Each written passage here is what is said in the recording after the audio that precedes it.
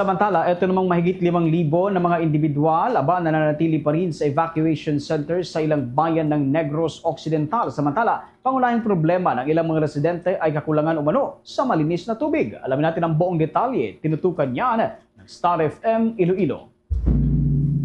Mahigit 5,000 na mga individual ang nananatili pa rin sa mga evacuation center sa ilang bayan ng Negros Occidental kasunod ng pagputok ng Bulkan Canlaon noong Martes ng umaga. Ilan sa mga pangunahing problema na kinakaharap ng mga residente ay ang maruming tubig dahil sa abo mula sa bulkan. Nananatiling nasa alert level 3 ang nasabing bulkan kaya pinapalikas ng mga otoridad ang mga residenteng nasa loob ng 6-kilometer radius. Sa panayam ng Star FM Iloilo kay Noel Railon, residente ng La Casillana, Negros Occidental, sinabi nito na nililinis nila muna ang nakukuhang tubig mula sa balon bago gamitin. Aniya na may ilang residente naman ang gumagamit ng proteksyon sa kanilang katawan dahil sa pagbalot ng abo sa ilang bahagi ng Negros Occidental. Pinayuhan naman ng otoridad ang mga apektadong residente na gumamit ng face mask. Samantala, ang Civil Aviation Authorities ay hinikayat ang publiko na maganda sa kalamidad at iwasan ang paglipad malapit sa nasabing bulkan. Meron talagang nagdadala ng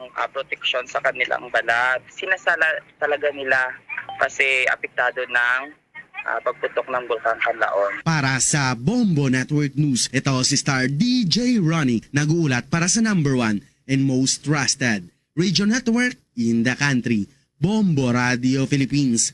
Basta Radio, Bombo!